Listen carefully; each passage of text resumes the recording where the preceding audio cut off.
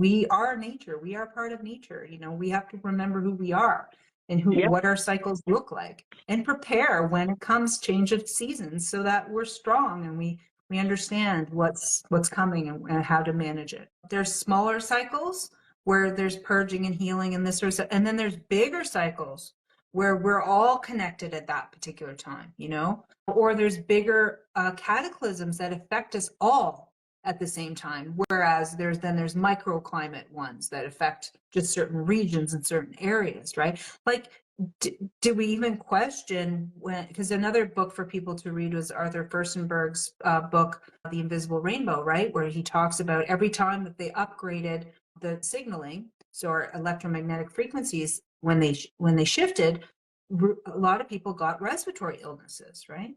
And because we have to adapt to this electrical world that we live in, which we have ether. And when we changed, like say from 4G to 5G, all of a sudden, like remember when we were all locked down and they were going out sneaking and putting up 5G towers all over the place, right?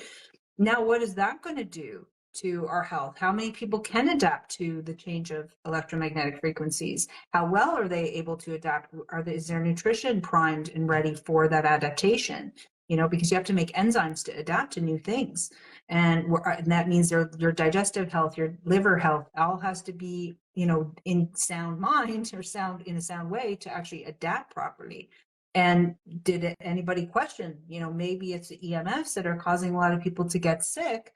It has nothing to do with the virus at all. And so we have all these bigger picture things that we have to bring into the disease story when we're trying to diagnose or make a decision about why someone is unhealthy. And what's interesting is it always comes down to the same thing. It's not enough nutrition and too much toxic waste inside the body. And that means for any condition, I've seen questions like coming up, like actually tinnitus, someone just said tinnitus. Next week, I'm launching my tinnitus protocol. Okay. It talks about how to heal it, all the different ways of healing it, right?